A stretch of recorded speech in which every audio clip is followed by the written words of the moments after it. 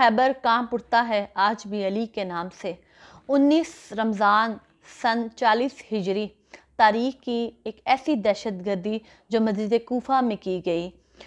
Abdurrahman इब्न मुलजिम कातिल, जिसने अपनी जहर आलूदा तलवार हज़रत अली मौलाए कायनात जब नमाज की हालत में सजदा रेज़ हुए अपने हबीब अपने अल्लाह के हुजूर, तो उस वक्त उसने तलवार का वार करके उनको ना सिर्फ ज़ख्मी किया बल्कि हज़रत अली को जब ज़ख्मी किया तो फिर भी उन्होंने ज़ख्मी हालत में अपने बेटे से कहा, इमाम हसन से, कि आप इमामत करवाएं और नमाज को मुकम्मल करें। आप इस बात से अंदाज़ा लगाएं कि नमाज की ममानियत किसी भी हाल में नहीं है, किसी भी तौर पे आप नमाज को नहीं छोड़ सकते। हज़रत अली को जब घर लाया गया तो तबीब ने कहा कि जहर पूरे जिस्म में फैल चुका है और जितना हो सके दूध पिया जाए। तो इतना सुनना था कि पूरे कूफा के जो यतीम बच्चे थे वो अपने हिस्से का दूध लेकर हज़रत अली के दर पे आ गए और कहा कि हमारे हिस्से का दूध हज़रत अली को पिला दिया जाए, क्योंकि हम एक मरतबा यतीम हो चुके हैं, हम दोबारा यतीम नहीं होना चाहते।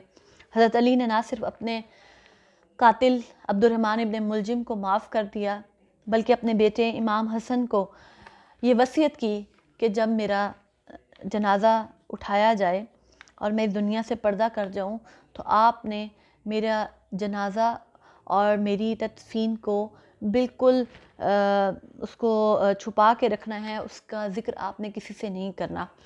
क्योंकि हज़रत अली का कहना था कि जिस तरह से हज़रत अली के दुश्मन उस दौर में भी बेतहाशा थे, तो उन्हें ये डर था कि उनके जिस्म मुबारक की तौहीन न की जाए। ये अल्लाह के वो शेर हैं जो शेर खुदा हैं, जिन्होंने ना सिर्फ फ़तह खैबर किया बल्कि रसूल पाक सल्लल्लाहु अलैहि वसल्लम जब ये पैदा हुए तो मौलूद काबा कहलाए। काबा के अंदर इनकी पैदाइश हुई और तब तक आंखें न खोलीं जब तक रसूल पाक सल्लल्लाहु अलैहि वसल्लम ने इनको अपनी गोद में न उठाया, अपना लहब दहन होता है वो अपने हज़रत अली के मुंह में नहीं डाला, तब तक उन्होंने आंखें नहीं खोली। रसूल पाक सल्लल्लाहु अलैहि वसल्लम की ज़िंदगी में हज़रत अली की क्या अहमियत होगी। बीबी फ़ातिमा सलामुल्लाह जैसी प्यारी बेटी को इनके अक़द में दिया, इमाम हसन इमाम हुसैन के बाबा कहलाए।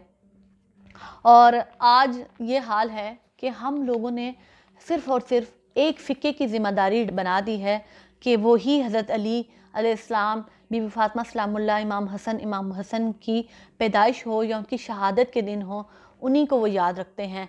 मैं तमाम मुसलमानों से, तमाम मोमिनीन और मोमिनात से ये पूछना चाहती हूँ कि हम लोगों ने क्यों अपने आप को फ़िरका वारियत में इतना ढाल दिया है कि हम लोग ये भूल चुके हैं कि नबी करीम सल्लल्लाहु अलैहि वसल्लम ने अपने वसाल से पहले कहा था कि फ़कुन तुम मौला फ़हाज़ा अली मौला, कि जिसका मैं मौला हूँ उसका अली मौला है। और फिर आप हर जगह पे देखें कि मैं इल्म का शहर हूँ और अली उसका दरवाज़ा है। और यही बात नहीं, आप नबी करीम सल्लल्लाहु अलैहि वसल्लम हज़रत अली से कितनी मोहब्बत करते थे। मुखातिब मदीना में भी हम लोग पढ़ते हैं कि अली मेरा जिस्म और तुम्हारा जिस्म एक है, मेरा खून तुम्हारा खून एक है।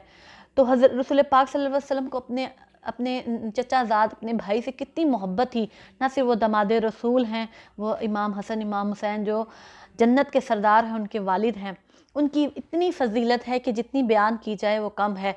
मैं तमाम उम्मत मुसलिमा से ये अपील करना चाहती हूँ, मेरी गुजारिश है कि हज़रत अली का मुकाम बहुत बुलंद है।